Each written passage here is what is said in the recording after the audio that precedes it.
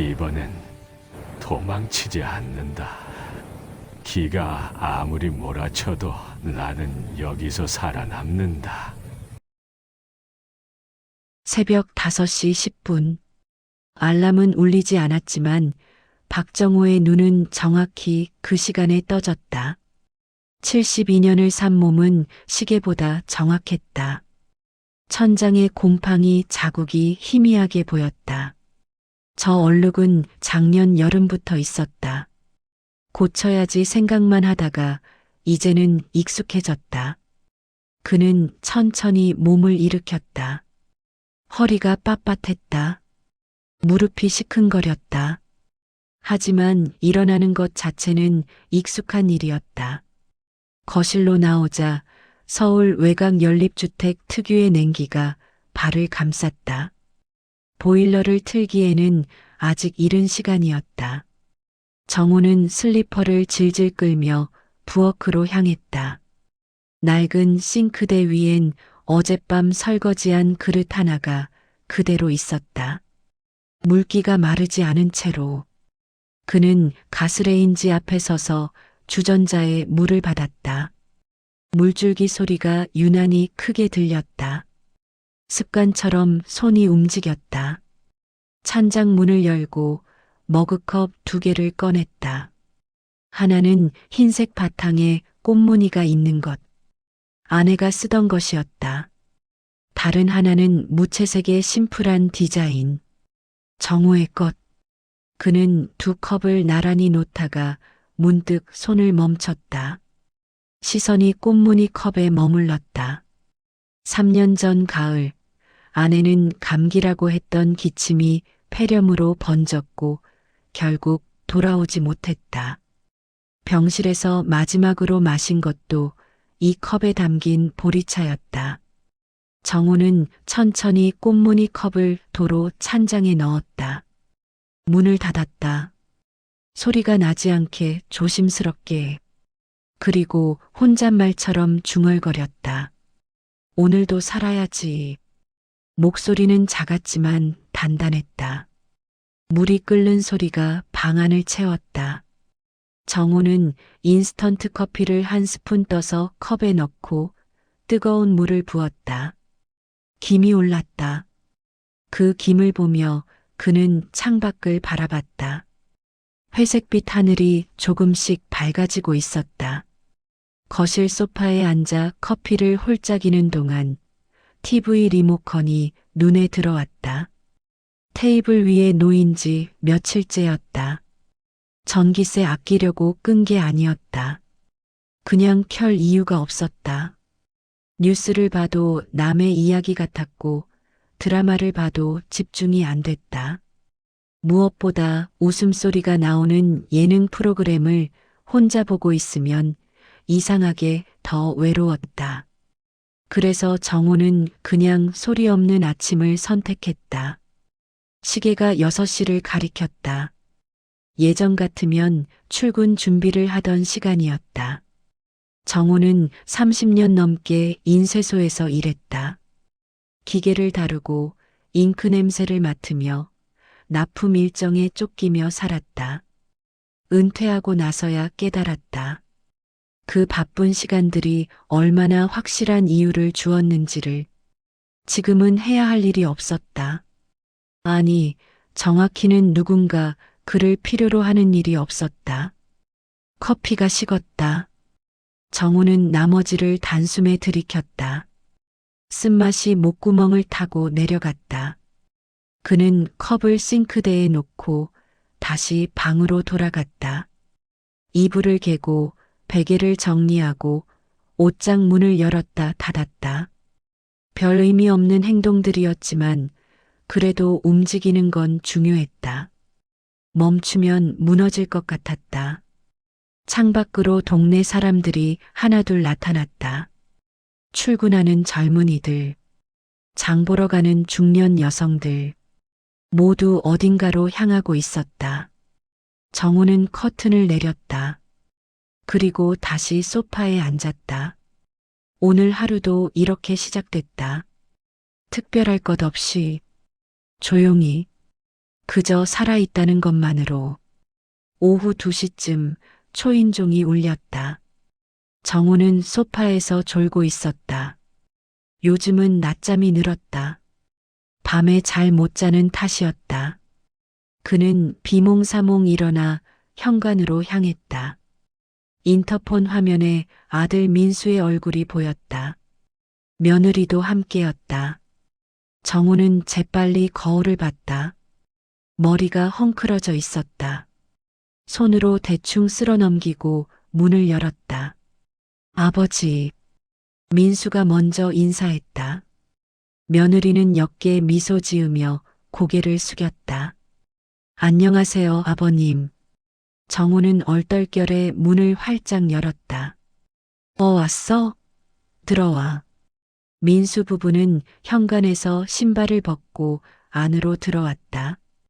며느리는 들고 온 비닐봉지를 식탁 위에 놓았다. 과일이랑 반찬 좀 사왔어요. 그래, 고맙다. 정우는 어색하게 웃으며 냉장고 문을 열었다. 텅 비어 있었다. 김치통 하나, 계란 2개, 그게 전부였다. 며느리의 시선이 그쪽으로 향했다. 정우는 재빨리 문을 닫았다. 거실 소파에 마주 앉았다. 민수는 아버지를 물끄러미 보더니 입을 열었다. 요즘 어떻게 지내세요? 그냥 뭐 이렇게 저렇게. 정우는 구체적으로 뭘 말해야 할지 몰랐다. 매일이 비슷했다. 일어나고 먹고 TV 안 보고 자고. 그게 다였다. 민수는 잠시 말을 아끼다가 며느리를 슬쩍 쳐다봤다. 며느리가 가방에서 서류 몇 장을 꺼냈다. 종이가 바스락거리는 소리가 유난히 크게 들렸다. 아버지, 사실 오늘 드릴 말씀이 있어서 왔어요. 민수의 목소리는 평소보다 조심스러웠다. 정우는 긴장했다. 뭔가 중요한 얘기구나 싶었다. 혼자 사시기 힘드시잖아요. 저희도 자주 못 뵙고. 민수는 말끝을 흐렸다. 며느리가 서류를 테이블 위로 밀었다. 요양원 알아봤어요. 괜찮은 대로요. 시설도 좋고 식사도 잘 나오고 간호사분들도 친절하대요.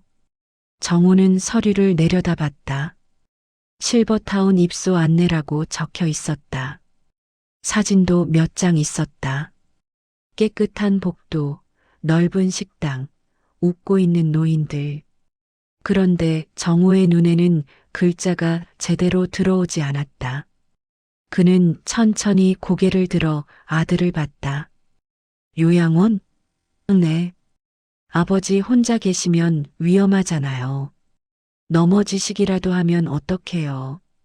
저희가 매일 올 수도 없고. 민수는 말을 이었다. 그리고 이 집도 정리해야 할 것 같아요.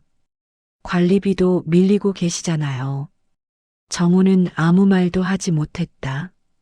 관리비 얘기가 나오자 얼굴이 화끈거렸다. 사실이었다. 2달째 밀려 있었다. 연금만으로는 생활비를 감당하기 빠듯했다.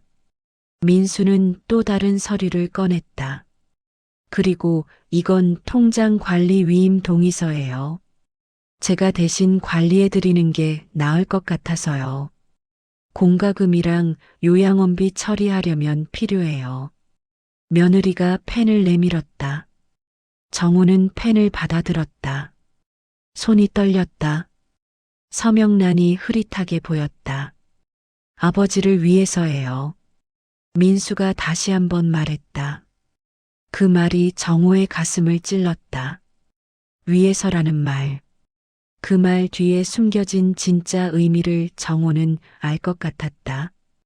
귀찮다는 것, 부담스럽다는 것, 이제 그만 정리하고 싶다는 것. 하지만 정우는 묻지 않았다. 물으면 더 아플 것 같았다. 그는 서류에 이름을 적었다. 박정호. 삐뚤빼뚤한 글씨였다. 며느리가 서류를 챙겨 넣었다. 일주일 안에 연락드릴게요. 방 배정되면 바로 입수하실 수 있어요. 민수 부부는 30분도 채 안 있다가 일어났다. 그럼 저희 먼저 갈게요. 아버지, 몸 조심하세요. 정우는 현관까지 따라 나갔다. 문이 닫혔다. 계단을 내려가는 발소리가 점점 멀어졌다. 정우는 그대로 서 있었다. 한참을. 그리고 거실로 돌아와 소파에 주저앉았다. 테이블 위엔 과일과 반찬이 놓여 있었다. 정우는 그걸 보다가 고개를 돌렸다. 눈시울이 뜨거워졌다. 하지만 울지 않았다. 우는 것도 이젠 익숙하지 않았다. 일주일 후 정우는 아들 집으로 옮겼다. 요양원 방이 아직 준비 안 됐다는 이유였다. 민수는 잠깐만이에요라고 말했지만 정우는 그 잠깐이 얼마나 길지 알 수 없었다. 짐은 많지 않았다. 옷 몇 벌, 세면도구, 약 봉지, 그리고 아내 사진 한 장. 그게 전부였다. 민수의 차에 실려 도착한 아들 집은 깔끔했다. 30평대 아파트. 거실엔 큰 TV가 있었고 부엌은 넓었고 아이들 방도 따로 있었다. 정우가 머물 방은 작은 안방이었다. 원래 서재로 쓰던 곳이라 책장과 책상이 한쪽에 쌓여 있었다. 여기서 주무세요. 이불 새 거 깔아드렸어요. 며느리가 방 안을 가리켰다. 정우는 고개를 끄덕였다. 그래, 고맙다. 그는 짐을 내려놓고 방 안을 둘러봤다. 창문은 작았다. 밖이 잘 보이지 않았다. 환기도 잘 안 될 것 같았다. 하지만 뭐라 말할 수 없었다. 신세지는 입장이었다. 그날 저녁 식탁에 둘러앉았다. 민수 부부와 초등학생 손주 2명. 5명이 앉기엔 딱 맞는 크기였다. 정우는 구석 자리에 앉았다. 많이 드세요, 아버님. 며느리가 반찬을 권했다. 정우는 조금씩 먹었다. 음식은 맛있었지만 목이 잘 넘어가지 않았다. 손주들은 밥을 빨리 먹고 방으로 들어갔다. 게임 소리가 들렸다. 민수는 TV를 켰다. 뉴스가 나왔다. 정우는 설거지를 도우려 했지만 며느리가 말렸다. 괜찮아요. 제가 할게요. 그래서 정우는 소파에 앉아 있었다. 그런데 자리가 불편했다. 예전 집에선 소파가 자기 자리였는데 여기선 손님 같았다. 시간이 흐를수록 그 느낌은 더 짙어졌다. 사흘째 되는 날 정우는 아침 일찍 일어났다. 습관이었다. 부엌에 나가 물을 끓이려는데 며느리가 먼저 나와 있었다. 아, 아버님. 제가 할게요. 앉아 계세요. 정우는 물러섰다. 그는 거실 구석에 앉아서 며느리가 움직이는 걸 지켜봤다. 손주들이 깨어나고 민수가 출근 준비를 하고 아침 식탁이 차려졌다. 정우의 자리는 점점 구석으로 밀렸다. 대화는 손주들 중심이었다. 오늘 학원 가기 싫어. 숙제 다 했어? 정우는 가끔 끼어들려 했지만 타이밍을 놓쳤다. 그래서 그냥 밥만 먹었다. 일주일이 지났다. 요양원에서 연락이 없었다. 민수는 조금만 더 기다려보자고 했다. 정우는 매일 방에만 있었다. 나가면 방해가 될 것 같았다. TV 소리, 아이들 싸우는 소리, 며느리 전화 통화 소리. 모든 소리가 벽 너머로 들렸다. 정우는 귀를 막고 싶었지만 그럴 수 없었다. 그는 그저 이불을 덮고 누워 있었다. 어느 밤 정우는 잠이 오지 않아 뒤척였다. 그때 복도에서 소리가 들렸다. 민수와 며느리였다. 언제까지 계실 거야? 며느리의 목소리였다. 그러게 요양원에서 빨리 연락 왔으면 좋겠는데. 아이들도 불편해해. 할아버지 계시니까 조용히 해야 한다고 눈치 보잖아. 알아. 나도 알아. 조금만 참아. 그들의 목소리는 점점 작아졌다. 방문이 닫히는 소리가 들렸다. 정우는 이불을 더 끌어당겼다. 눈을 감았다. 하지만 잠은 오지 않았다. 불편하다는 말이 머릿속을 맴돌았다. 그는 자신이 짐이 되었다는 걸 확실히 깨달았다. 아들에게도 며느리에게도 손주들에게도 그는 아무 말도 하지 않았다. 참는 것, 그게 정우가 평생 배운 삶의 방식이었다. 견디는 것, 내색하지 않는 것, 민폐 끼치지 않는 것. 그래서 그는 더 조용히 지냈다. 더 작아졌다. 마치 투명인간처럼. 하지만 가슴속 어딘가는 무너지고 있었다. 보름째 되던 날 아침, 민수가 출근 전에 정우를 불렀다. 아버지, 잠깐 얘기 좀 해요. 둘은 거실 소파에 마주 앉았다. 며느리는 부엌에서 설거지를 하는 척했지만 귀는 이쪽으로 향해 있었다. 민수는 휴대폰을 꺼내 사진 한 장을 보여줬다. 지인분 땅인데요. 경기도 쪽이에요. 여기 농막이 하나 비어 있대요. 사진 속엔 낡은 컨테이너 같은 구조물이 보였다. 주변은 온통 풀밭이었고 뒤로는 야트막한 산이 보였다. 공기 좋고 조용하고 잠시 쉬기엔 딱이에요. 요양원 들어가시기 전에 여기서 좀 계시면 어떨까 해서요. 민수의 말투는 부드러웠다. 하지만 정우는 알아챘다. 이건 제안이 아니라 통보였다. 여기서 나가달라는 뜻이었다. 정우는 사진을 오래 들여다봤다. 전기가 들어오는지, 물은 어떻게 구하는지, 난방은 되는지 궁금했지만 묻지 않았다.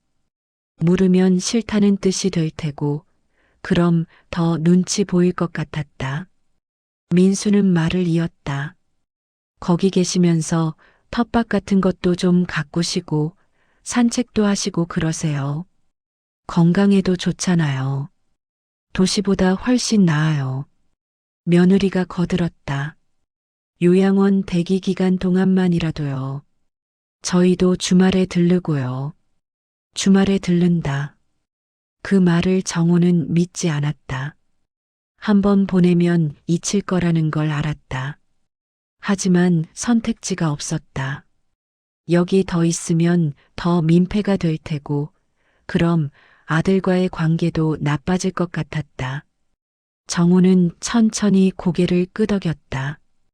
그래, 그럴게. 민수는 안도한 표정을 지었다. 좋은 선택이세요, 아버지. 진짜 좋은 곳이에요. 이틀 후, 민수의 차에 짐을 실었다. 여전히 가방 하나였다. 아내 사진은 제일 위에 넣었다. 손주들은 학교 간 시간이었고, 며느리는 현관에서 배웅했다. 잘 다녀오세요, 아버님. 몸 조심하시고요.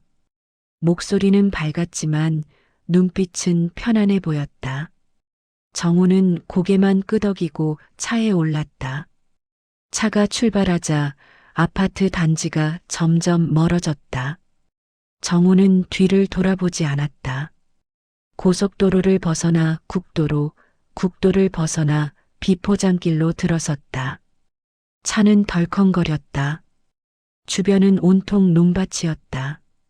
사람도 별로 보이지 않았다. 1시간쯤 달렸을까? 민수가 차를 세웠다.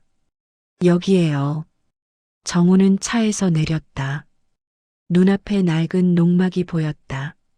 사진보다 더 낡았다. 벽은 녹슬었고 지붕은 함석이었고 문은 삐걱거렸다. 민수가 문을 열었다. 안은 좁았다. 4대 평 정도. 바닥은 시멘트였고 구석에 낡은 이불 하나가 접혀 있었다. 창문은 작았고 환기구도 없었다. 전기 스위치를 눌렀지만 불이 켜지지 않았다. 아, 전기는 아직 안 들어온가 봐요. 주말에 알아볼게요. 민수는 짐을 안에 내려놓았다. 물은 저기 공동수도에서 받아 쓰시면 되고요. 밥은 저기 마을 슈퍼에서 사 드시면 돼요. 카드 드릴게요. 정우는 아무 말도 하지 않았다. 민수는 시계를 봤다. 아, 저 출근해야 해서요. 먼저 갈게요. 주말에 올게요. 그는 서둘러 차로 향했다. 엔진 소리가 울렸다. 차는 비포장길을 달려 멀어졌다. 먼지가 피어올랐다. 정우는 그 자리에 서서 차가 사라질 때까지 지켜봤다. 그리고 천천히 농막 안으로 들어갔다. 문을 닫았다. 어두웠다. 햇빛이 창문 틈으로 조금 들어왔지만 충분하지 않았다. 정우는 이불 위에 앉았다. 곰팡이 냄새가 났다. 그는 가방을 열어 안에 사진을 꺼냈다. 액자 유리에 먼지가 묻어 있었다. 손으로 닦았다. 아내가 웃고 있었다. 여보, 우리 여기까지 왔네. 정우의 목소리는 떨렸다. 그는 사진을 가슴에 안았다. 그리고 처음으로 소리내어 울었다. 아들 집에서도 혼자 집에서도 참았던 눈물이 터져 나왔다. 농막 안은 고요했다. 정우의 흐느낌만이 벽에 부딪혀 울렸다. 첫날 밤은 춥고 길었다. 해가 지자 농막 안은 급격히 식었다. 정우는 이불을 뒤집어 썼지만 추위는 막을 수 없었다. 외풍이 벽 틈새로 파고들었다. 이를 부딪히며 그는 밤을 견뎠다. 잠은 얕게 들었다 깼다를 반복했다. 새벽녘 바깥에서 동물 우는 소리가 들렸다. 무슨 짐승인지 알 수 없었다. 정우는 눈을 뜨고 천장을 바라봤다. 어둠 속에서 아무것도 보이지 않았다. 그는 생각했다. 여기서 죽으면 누가 알까? 해가 뜨고 나서야 밖으로 나왔다. 사방이 탁 트여 있었다. 멀리 산이 보였고 논밭이 펼쳐져 있었다. 사람은 보이지 않았다. 정우는 민수가 말한 공동수도를 찾았다. 농막에서 100m쯤 떨어진 곳에 녹슨 수도가 있었다. 손잡이를 돌렸다. 물이 콸콸 쏟아졌다. 차가웠다. 정우는 물을 손으로 받아 얼굴을 씻었다. 피부가 얼얼했다. 수건이 없어서 옷소매로 닦았다. 마을 슈퍼를 찾아 걸었다. 비포장길을 따라 10분쯤 걸으니 낡은 건물 하나가 보였다. 만물상회라고 쓰인 간판이 발에 있었다. 안으로 들어가니 할머니 한 분이 계산대에 앉아 있었다. 어르신, 어디서 오셨어요? 정우는 대답하기 민망했다. 저기 농막에 잠깐 머물러요. 아, 거기. 사람 없었는데 들어왔구만. 할머니는 별 관심 없다는 듯 고개를 끄덕였다. 정우는 라면 몇 개, 물 한 통, 빵 한 봉지를 샀다. 카드를 내밀자 할머니가 말했다. 카드 안 돼요. 현금만. 정우는 당황했다. 지갑을 뒤졌다. 10,000원짜리 2장이 있었다. 이것밖에 없는데요. 그럼 라면이랑 물만 사세요. 정우는 빵을 도로 놓았다. 계산을 하고 봉지를 들고 나왔다. 마을 슈퍼 앞 벤치에 앉아 한참을 멍하니 있었다. 사람들이 지나갔지만 아무도 그를 보지 않았다. 농막으로 돌아와 라면을 끓이려 했지만 방법이 없었다. 가스도 전기도 불 피울 곳도 없었다. 정우는 물에 라면을 말아 먹었다. 딱딱하고 짰다. 목으로 넘기기 힘들었지만 억지로 삼켰다. 배는 차지 않았다. 그는 물을 들이켰다. 그리고 다시 이불 위에 누워 천장을 바라봤다. 시간이 얼마나 지났는지 알 수 없었다. 해가 중천에 떴다가 다시 기울었다. 사흘째 몸에 기운이 빠졌다. 라면과 물만으로는 버티기 힘들었다. 화장실도 문제였다. 농막 뒤편 풀숲에서 볼일을 봐야 했다. 휴지도 떨어졌다. 정우는 마을 슈퍼에 가려 했지만 돈이 없었다. 민수에게 연락하고 싶었지만 휴대폰 배터리가 나갔다. 충전할 곳도 없었다. 그는 고립됐다. 완전히. 밤이 되자 추위가 더 심해졌다. 정우는 떨면서 이불 속에 웅크렸다. 배가 고팠다. 목이 말랐다. 몸이 아팠다. 그는 눈을 감았다. 그리고 중얼거렸다. 이렇게 끝나는 건가? 눈물이 흘렀다. 하지만 이제 눈물조차 힘들었다. 그는 그냥 누워 있었다. 숨만 쉬고 있었다. 바깥에서 바람 소리가 벽을 쳤다. 농막이 흔들렸다. 정우는 처음으로 두려움을 느꼈다. 죽음에 대한 두려움이 아니라 이렇게 아무도 모르게 사라지는 것에 대한 두려움이었다. 그는 떨리는 손으로 가방을 더듬었다.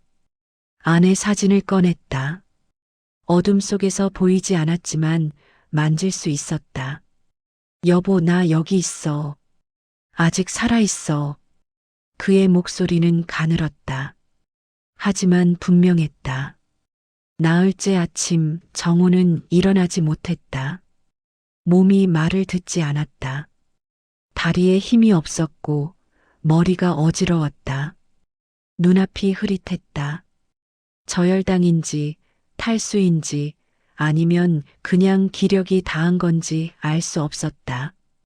그는 이불 위에 누운 채로 천장을 바라봤다. 햇살이 창문 틈으로 들어왔다. 먼지가 빗속에서 천천히 떠다녔다. 정우는 그 먼지를 보며 생각했다. 나도 저렇게 떠다니다가 사라지는 건가? 입술이 바짝 말랐다. 혀가 입천장에 붙었다.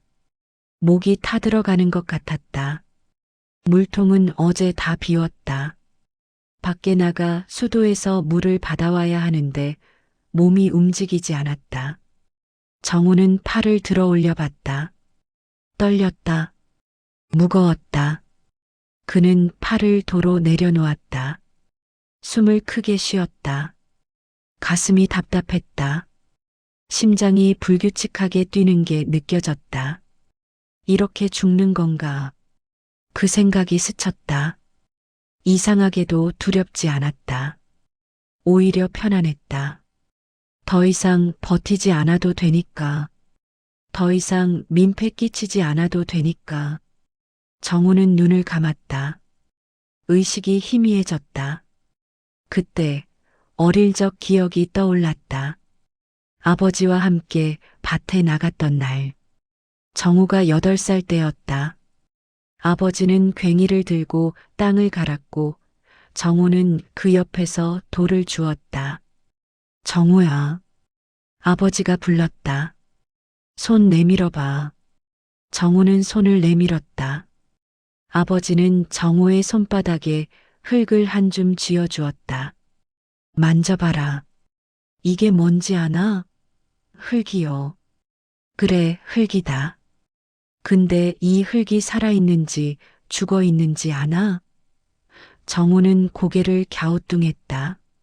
아버지가 말했다. 따뜻하면 살아있는 거다. 차가우면 죽은 거고, 살아있는 흙에서만 뭐가 자란다. 정우는 흙을 꽉 쥐었다. 따뜻했다. 아버지가 웃으며 말했다. 너도 이 흙처럼 살아있는 사람이 되라. 차가운 사람 말고 그 기억이 선명하게 되살아났다. 정우는 눈을 떴다. 호흡이 거칠었다. 그는 손을 들어 올렸다. 떨렸지만 움직였다. 그리고 바닥을 더듬었다. 차가운 시멘트 바닥. 그는 손가락을 움직여 틈새의 흙을 긁어냈다. 손톱에 흙이 묻었다.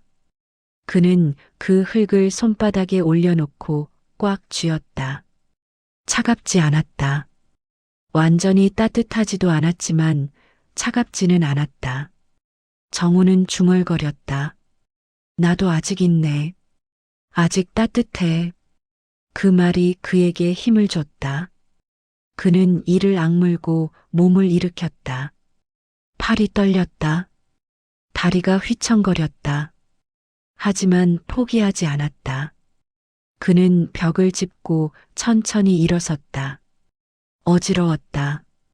눈앞이 깜깜해졌다가 다시 밝아졌다. 그는 문을 열었다. 밖에 햇살이 얼굴을 쳤다. 눈이 부셨다. 정우는 기어서 밖으로 나왔다. 무릎이 땅에 닿았다. 아팠다. 하지만 계속 움직였다. 수도까지 100m. 그는 기어갔다. 손바닥에 돌이 박혔다. 무릎이 까졌다. 피가 났다.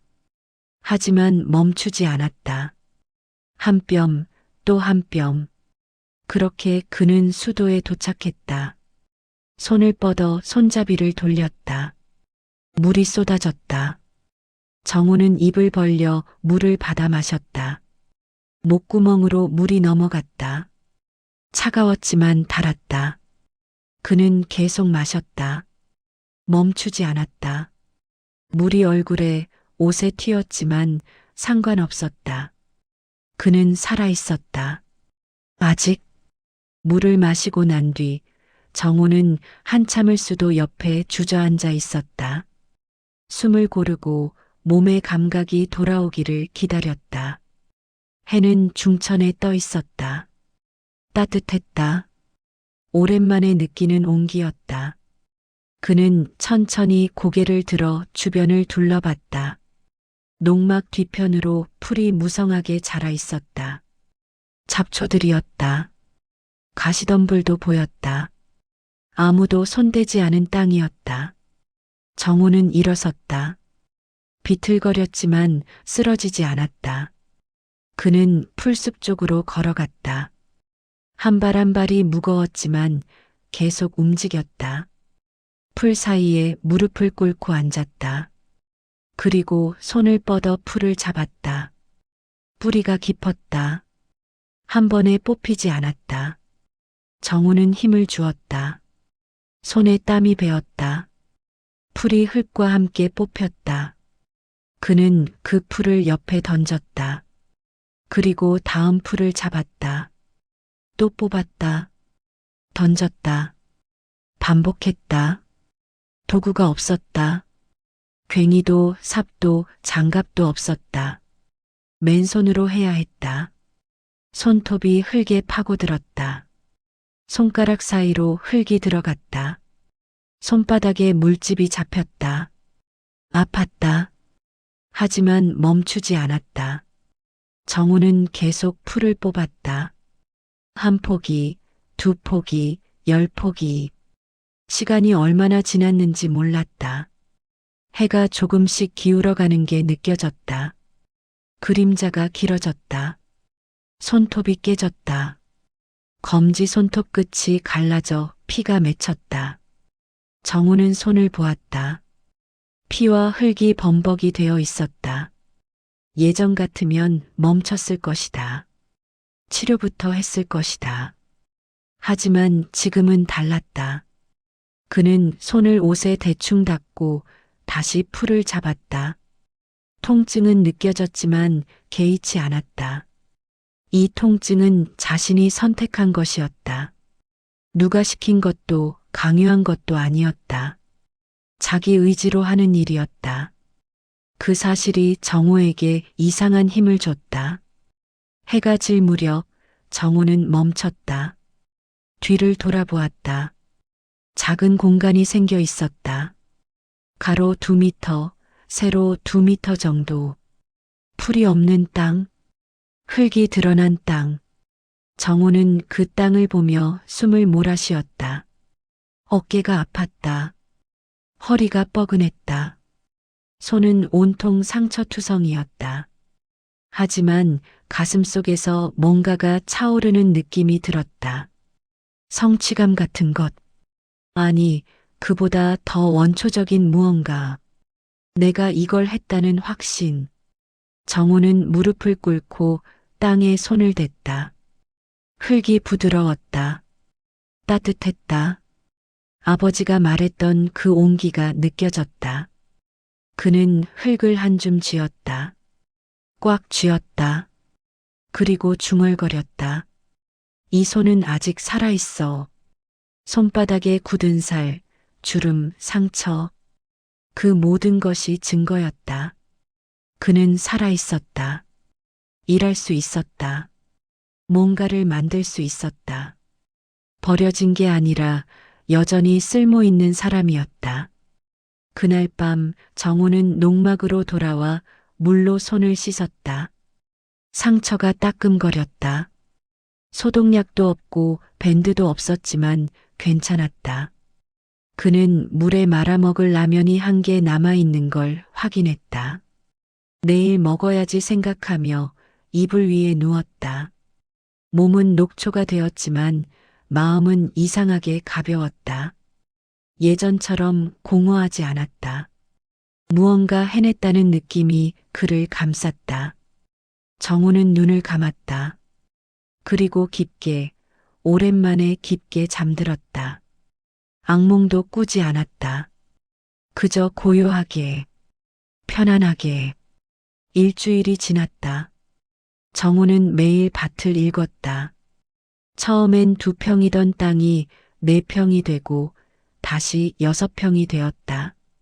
손의 상처는 아물지 않았지만 새로운 굳은 살이 생기기 시작했다.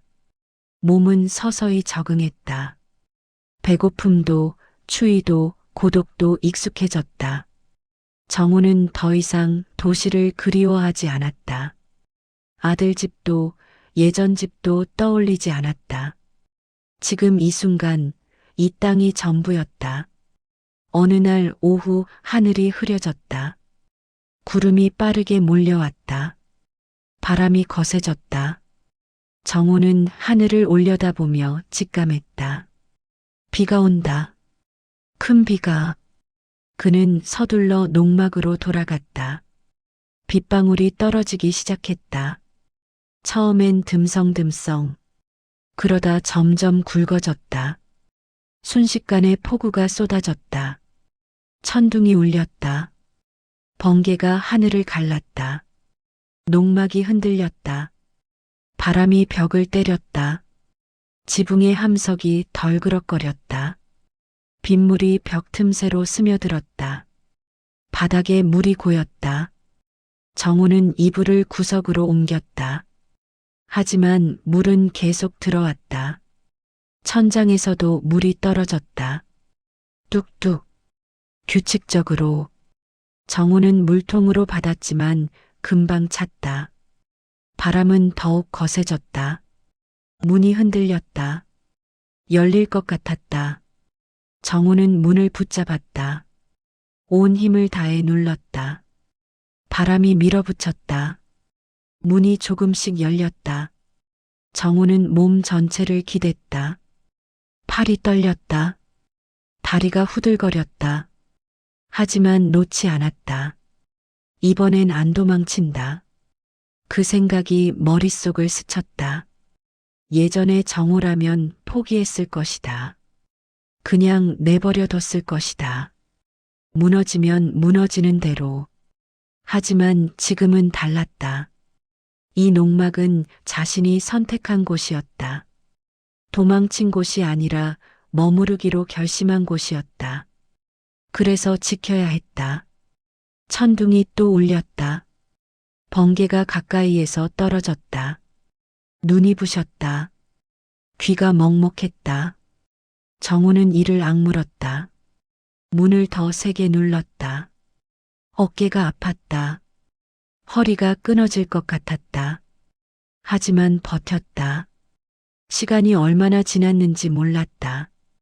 1시간인지 2시간인지 정우는 그저 버텼다. 온몸으로 있는 힘껏. 그리고 어느 순간 바람이 잦아들었다. 비도 약해졌다. 천둥 소리가 멀어졌다. 정우는 문에서 손을 떼었다. 다리에 힘이 풀렸다. 주저앉았다. 바닥은 물에 젖어 있었다. 옷도 흠뻑 젖었다. 숨이 거칠었다. 심장이 터질 듯 뛰었다. 하지만 농막은 무너지지 않았다. 문도 열리지 않았다. 그는 버텼다. 지켜냈다. 밖으로 나갔다. 빗줄기는 가늘어졌다. 하늘이 조금씩 밝아졌다. 정우는 비를 맞으며 서 있었다. 차가운 빗물이 얼굴을 적셨다. 그는 고개를 들어 하늘을 보았다. 구름 사이로 빛이 새어나왔다. 정우는 두 팔을 벌렸다. 비를 온몸으로 받았다. 그리고 소리쳤다. 나 여기 있다. 목소리가 터져 나왔다. 도망 안 친다. 메아리가 없었다. 하지만 상관없었다. 그 외침은 자기 자신을 향한 것이었다. 새벽이 밝았다. 비는 완전히 그쳤다. 정우는 농막 안을 정리했다. 물을 닦아내고 젖은 이불을 밖에 널었다. 햇살이 비추기 시작했다. 땅에서 김이 올랐다. 정우는 밭으로 갔다. 빗물에 흙이 패였지만 망가지지 않았다. 뿌리가 드러난 풀도 있었지만 대부분 그대로였다. 정우는 무릎을 꿇고 흙을 손으로 고르기 시작했다. 다시, 또다시, 멈추지 않고. 한 달이 지났다. 정우는 이제 불을 피울 줄 알았다. 마을 어귀에서 주운 나무 조각과 마른 풀로 화덕을 만들었다. 처음엔 연기만 나고 불이 붙지 않았다. 10번도 넘게 실패했다. 하지만 포기하지 않았다. 결국 작은 불씨가 살아났다. 그 불로 물을 끓였다. 라면을 제대로 끓여 먹었다. 뜨거운 국물이 목구멍을 타고 내려갈 때 정우는 눈물이 날 뻔했다. 이렇게 사소한 것이 이렇게 감사할 줄 몰랐다. 산에 올라 나무를 뜯었다. 처음엔 뭐가 먹을 수 있는 건지 몰랐다. 마을 슈퍼 할머니에게 물어봤다. 이거요? 냉이지. 이건 달래고. 이건 쑥이요. 할머니는 친절하게 알려줬다. 정우는 비닐봉지에 나물을 담아왔다. 물에 씻어 데쳐 먹었다. 쌉쌀하고 향긋했다. 예전엔 반찬 투정을 했었다. 이건 싫고 저건 싫고. 하지만 지금은 달랐다. 자기 손으로 뜯어온 나물 한 접시가 세상 어떤 음식보다 귀했다. 밭에 씨를 뿌렸다. 마을 슈퍼에서 상추 씨앗 한 봉지를 샀다. 1,000원. 정우는 그 씨앗을 소중히 품고 왔다. 밭에 줄을 내고 한 알 한 알 심었다. 흙을 덮고 물을 주었다. 매일 아침 확인했다. 사흘째 되던 날 작은 싹이 올라왔다. 연두색의 가느다란 싹. 정우는 그 싹을 보며 한참을 앉아 있었다. 이렇게 작은 생명이 이렇게 대단해 보일 수가 없었다. 자기 손으로 심은 것이 자라고 있었다. 살아 있었다. 어느 날 저녁 정우는 화덕 앞에 앉아 불을 보며 생각했다. 난 누구를 위해 살아왔지? 평생을 아내를 위해, 아들을 위해, 가족을 위해 살았다. 자기 자신을 위해 산 적이 있었나? 한 번이라도. 정우는 고개를 저었다. 없었다. 늘 누군가의 남편이었고, 누군가의 아버지였고, 누군가의 직원이었다. 박정호라는 사람 자체로 살아본 적이 없었다. 이제는 정우는 중얼거렸다. 나를 위해. 그 말이 입 밖으로 나오자 이상하게 눈물이 났다. 슬픈 게 아니라 뭔가 풀리는 느낌이었다. 평생 짊어지고 있던 짐을 내려놓는 느낌. 이제 누구 눈치도 보지 않아도 됐다. 민폐 끼칠까 걱정하지 않아도 됐다. 필요한 사람이 되려고 애쓰지 않아도 됐다. 그냥 박정우로 살면 됐다. 이 땅에서, 이 농막에서, 혼자서 그 생각이 정우를 살렸다. 다음 날 아침 그는 평소보다 일찍 일어났다. 기분이 달랐다. 무거운 것이 사라진 느낌. 그는 밭으로 나가 잡초를 뽑았다. 물을 주었다. 새로 구획을 나눴다. 이번엔 배추를 심어볼 생각이었다. 할머니가 모종을 구해줄 수 있다고 했다. 정우는 계획을 세웠다. 가을엔 무도 심고, 겨울엔 김장도 해보고, 혼자 먹기엔 많지만 괜찮았다. 나눠 먹으면 됐다. 할머니에게도 주고, 지나가는 사람에게도 주고, 저녁이 되어 농막으로 돌아왔을 때 정우는 문득 깨달았다.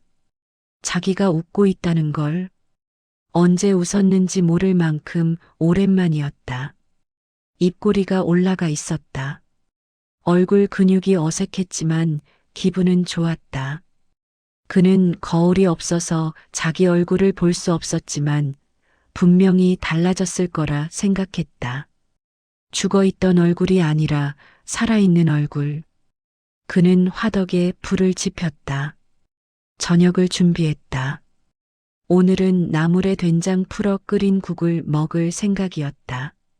소박하지만 충분했다. 정우는 혼자 식사를 하며 생각했다. 내일은 뭘 할까? 그 생각만으로도 가슴이 두근거렸다. 반년이 흘렀다. 계절이 바뀌었다. 여름을 지나 가을이 왔다. 정우의 밭은 이제 제법 풍성했다. 상추, 배추, 고추, 호박. 작은 텃밭이지만 혼자 먹기엔 충분했다. 손은 더 거칠어졌지만 단단해졌다. 얼굴엔 주름이 더 깊어졌지만 핏기가 돌았다. 허리는 여전히 아팠지만 예전처럼 무기력하지 않았다. 정우는 살아있었다. 진짜로. 어느 날 오후 농막 안을 정리하던 중 오래된 가방 속에서 휴대폰이 나왔다. 까맣게 잊고 있었다. 배터리가 나간 지 오래였다. 정우는 그 휴대폰을 물끄러미 보다가 마을로 내려갔다. 슈퍼 할머니에게 부탁해 충전을 했다. 2시간쯤 지나 다시 찾아갔을 때 전원이 들어왔다. 화면이 켜지자 알림이 쏟아졌다. 부재중 전화 23통, 문자 17개. 대부분 아들이었다. 정우는 잠시 망설였다. 전화를 걸어야 하나, 말아야 하나. 그런데 그때 휴대폰이 울렸다. 아들이었다. 정우는 숨을 고르고 전화를 받았다. 여보세요. 아버지 맞으세요? 왜 연락이 안 됐어요? 무슨 일 있으신 거 아니에요? 민수의 목소리는 다급했다. 정우는 잠시 말을 아끼다가 차분히 대답했다. 괜찮다. 휴대폰이 꺼져 있었어. 정말 괜찮으세요? 저희가 얼마나 걱정했는지 아세요? 주말에 가려고 했는데 일이 바빠서 민수는 변명을 늘어놓았다. 정우는 들었지만 개의치 않았다. 예전 같으면 서운했을 것이다. 하지만 지금은 달랐다. 괜찮아. 나 잘 지낸다. 그래도 요양원은 준비해야죠. 다음 달쯤 방 나온대요. 그때 모시러 갈게요. 민수가 말했다. 정우는 창밖을 봤다. 밭이 보였다. 화덕에서 연기가 피어오르고 있었다. 빨래가 줄에 널려 바람에 펄럭였다. 이 모든 게 자기 손으로 만든 것이었다. 정우는 천천히 입을 열었다. 민수야, 내 아버지. 난 여기서 산다. 잠시 침묵이 흘렀다. 네, 뭐라고요? 요양원 안 간다. 난 여기서 산다. 이게 내가 선택한 거다. 민수는 당황한 듯 말을 더듬었다. 아, 아버지 무슨 말씀을 거기서 어떻게 사세요? 겨울 되면 추운데요. 아프시면 어떡하고요. 괜찮다. 나 지금까지 잘 살았어. 앞으로도 잘 살 거야. 정우의 목소리는 단단했다. 예전에 그가 아니었다. 아버지, 진지하게 생각하세요. 혼자 계시면 민수야. 정우가 아들의 말을 끊었다. 네. 걱정해줘서 고맙다. 근데 난 결정했어. 너희한테 짐 되고 싶지 않아. 나도 내 삶을 살고 싶어. 아버지가 무슨 짐이에요? 민수의 목소리가 작아졌다. 정우는 알았다. 그건 진심이 아니라는 걸. 하지만 따지고 싶지 않았다. 됐다. 나 괜찮으니까 걱정 마. 가끔 전화할게. 아버지 끊는다. 정우는 전화를 끊었다. 손이 떨리지 않았다. 마음도 흔들리지 않았다. 그는 휴대폰을 주머니에 넣고 밭으로 향했다. 오늘 할 일이 남아 있었다. 배추에 물을 주고 고추를 따고 저녁 준비를 해야 했다. 정우는 괭이를 들었다. 그리고 땅을 일구기 시작했다. 조용히, 묵묵히, 자기 방식으로. 겨울이 왔다. 첫눈이 내렸다. 농막 지붕에, 밭에, 나무에 하얗게 쌓였다. 추웠지만 정우는 준비가 되어 있었다. 마을 사람들이 도와줬다. 할머니는 두꺼운 이불을 가져다 줬고, 옆집 아저씨는 장작을 나눠줬고, 동네 아주머니는 김장김치를 한 포기 건넸다. 혼자 계시는데 드세요. 정우는 감사했다. 예전엔 남의 도움을 받는 게 자존심 상하는 일이었다. 하지만 지금은 달랐다. 주고받는 게 사는 거라는 걸 알았다. 정우도 나눴다. 자기가 만든 장아찌를 할머니에게 드렸다. 오이로 담갔어요. 맛있을 거예요. 할머니는 받으며 웃었다. 어유, 고맙네. 반찬 없었는데 잘 됐네. 며칠 후 할머니가 슈퍼에서 정우를 불렀다. 저기 어르신, 이 장아찌 어디서 샀어요? 옆집 아주머니가 물었던 모양이었다. 팔 수 있어요? 정우는 놀랐다. 팔아요? 그럼요. 맛있으면 사 먹는 거지. 얼마에 팔래요? 정우는 생각해보지 않았던 일이었다. 돈을 벌 생각은 없었다. 그냥 만드는 게 좋아서 했던 일이었다. 하지만 누군가 자기가 만든 걸 사겠다고 하니 기분이 이상했다. 나쁘지 않았다. 1,000원에 드릴게요.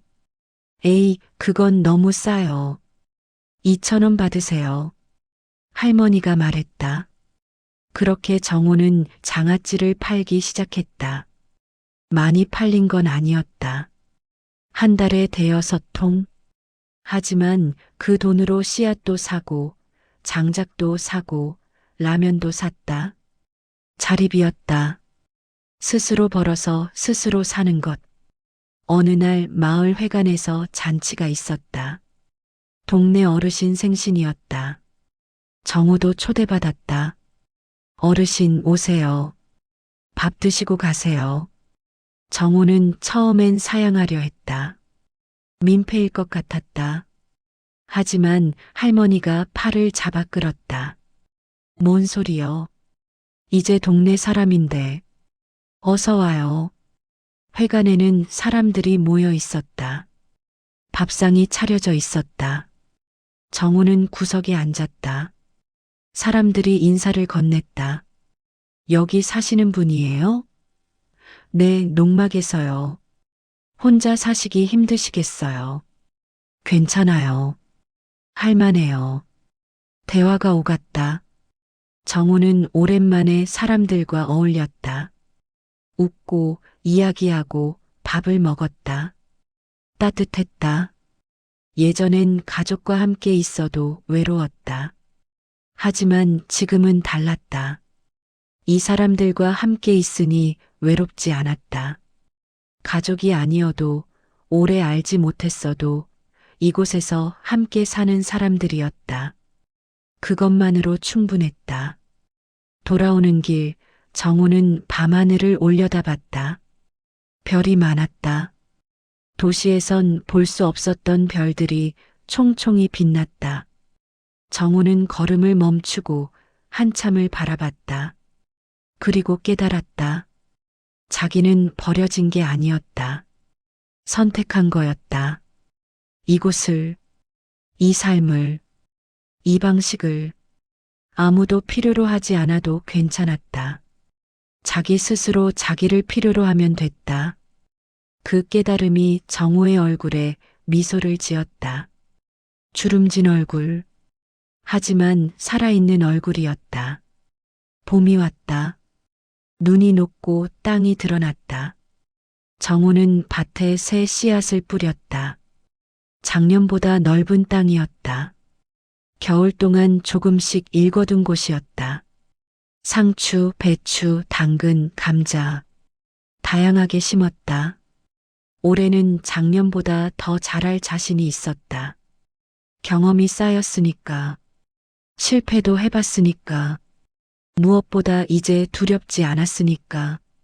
아침 정우는 농막 안에서 차를 끓였다. 옥수수 수염차였다. 할머니가 만드는 법을 알려줬다. 물을 끓이고 옥수수 수염을 넣고 은은하게 우려냈다.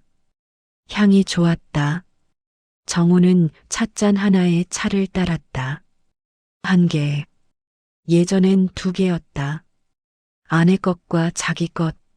하지만 이제 한 개면 충분했다. 혼자라서 외로운 게 아니라 혼자여서 온전한 거였다. 정우는 차를 홀짝이며 창밖을 봤다. 햇살이 밭을 비쳤다. 싹이 돋아나고 있었다. 작고 여린 초록빛 싹. 정우는 그 싹들을 보며 생각했다. 나도 저렇게 다시 시작했지. 72살에 다시 시작했다. 늦은 나이에 아무것도 없는 곳에서 하지만 해냈다. 살아남았다. 아니, 살아남은 게 아니라 살아냈다.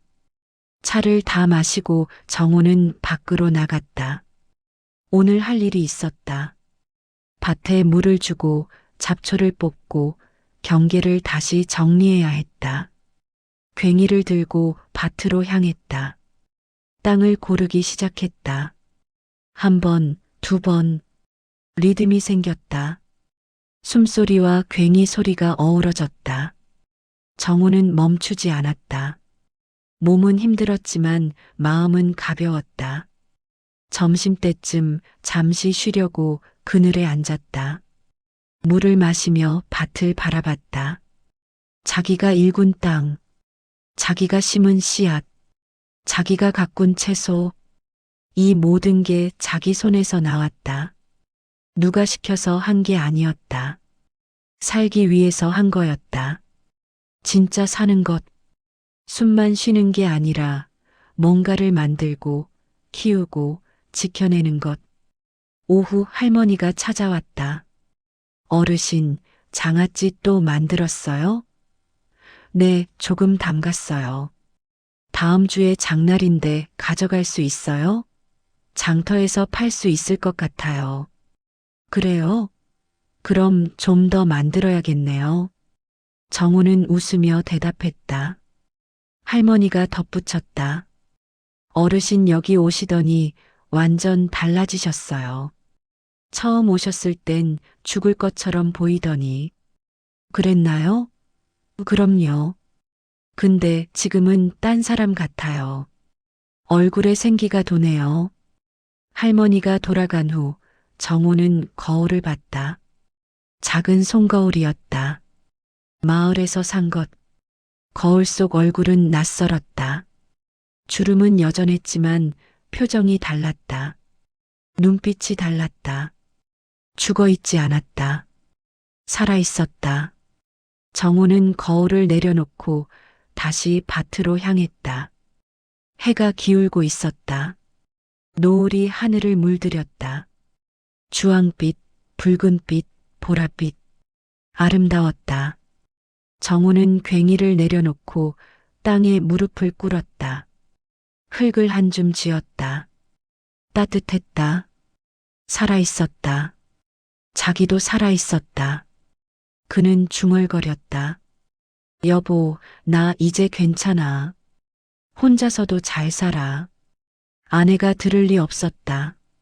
하지만 말하고 싶었다. 그리고 자기 자신에게도 말했다. 박정호, 잘 버텼어. 이제 살 수 있어. 해가 완전히 졌다. 정우는 농막으로 돌아와 불을 지폈다. 저녁을 준비했다. 오늘은 된장찌개에 장아찌를 곁들일 생각이었다. 소박하지만 충분했다. 밥을 먹고 설거지를 하고 내일 할 일을 생각했다. 평범한 하루. 하지만 의미 있는 하루. 정우는 이불 위에 누워 눈을 감았다. 피곤했지만 행복했다. 노년은 끝이 아니었다. 자기 삶을 처음으로 붙잡는 시간이었다. 정우는 흙을 고르듯 조용히 단단하게 자기 인생을 다시 써내려가고 있었다. 끝.